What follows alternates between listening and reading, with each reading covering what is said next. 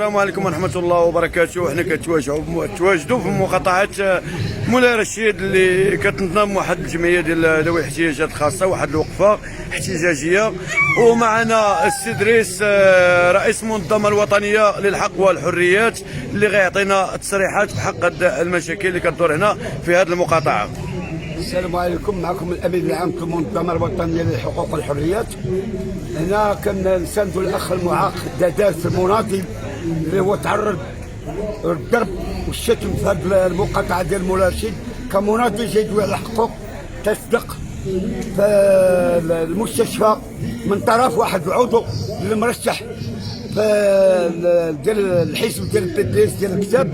ومن هذا المنبر فاش وقعت الواقعه كنشكر الامن ديال مقاطعه مولاي رشيد ديال الحي الصناعي اللي كانوا مجندين فاش جاو في البلاصه، وكنشكر الوقايه المدنيه اللي دات الاخ داداس للمستشفى عنده وقعه صحيه، وهذاك السيد كيدعي بالجنسيه بانه هو قال لك عنده جنسيه.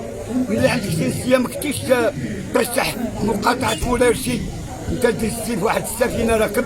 من هذا المنبر احنا ما غاديش نسكتوا كفاعلين كمنظمه حقوقيه، احنا ما غنسكتوش ونوصلوا معاه فين ما بغى.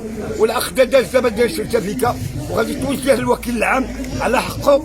جا كيدوي ماشي جا كيمزلت اولا جا كيقول مهاروا ليا اولا هو جا باش يناضل على واحد 2 مليار و200 مليون، كيسول فين مشات 2 مليار و200 مليون. ومن هذا المنبر كنشكر القوى المساعده اللي مجنده معنا حتى هما، وكنشكر الاخوان ديال الامن حتى هما. واليوم حنا راه ما ساكتينش، ومعكم واحد الاخت فائله جمعويه حتى هي جات. واحد السؤال السي دريس. نعم تحيه رجال الامن بالوانهم على هذه الخدمات اللي كيوقفوا دابا. السؤال المطروح هو هذا السيد مرداس يعني رغم الاعاقه ديالو وتعرض لهذا العنف، مرداس تعرض لهذا العنف هذا كامل، احتجاج ولدرجه دخلوا الامن اللي نقدوه. على هذا المسؤول علاش ماشي مسؤول، راه عضو داز مع شي لائحه، ما هو ما يجيبش 10 الاصوات والله لا جابهم.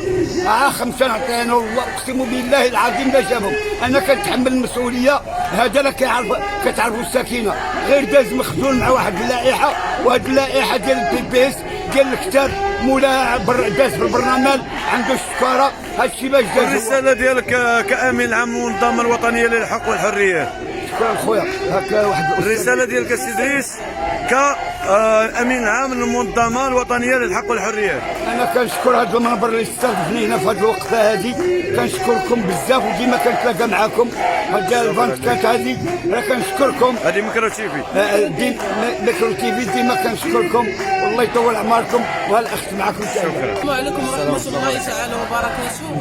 معكم السيده حنان البحيري رئيسه الجمعيه المغربيه لروح المواطنه.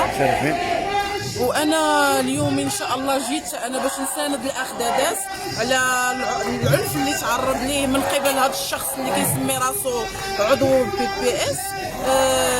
يعني راه عيب وعار ان شخص معاق، وكنشكر سيدنا الله ينصرو اللي عاطي الحق للمعاقين وعاطيهم حقوقهم على احسن وجه.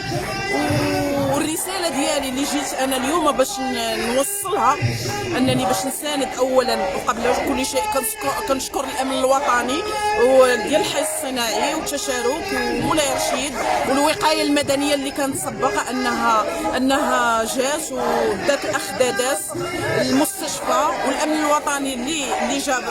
انا الرساله ديالي اليوم اللي جيت على قبلها خاص هذا العضو اللي كيسمي راسو اللي السكينه ترشحت عليه باش يكون هو سبق انه يوقف مع الاخ داداس، كيكون انه يعنفه. يعني واش الاعاقه، واش الاشخاص المعاقين ما عندهمش الحقوق ديالهم؟ هو جا بغى كانه فاعل جمعوي اخ داداس، والاعاقه ديالو ما حبساتوش انه باش يزيد قدام. انا بالدور ديالي فاعله جمعويه وتابعه منسقه منظمه للحقوق والحريات.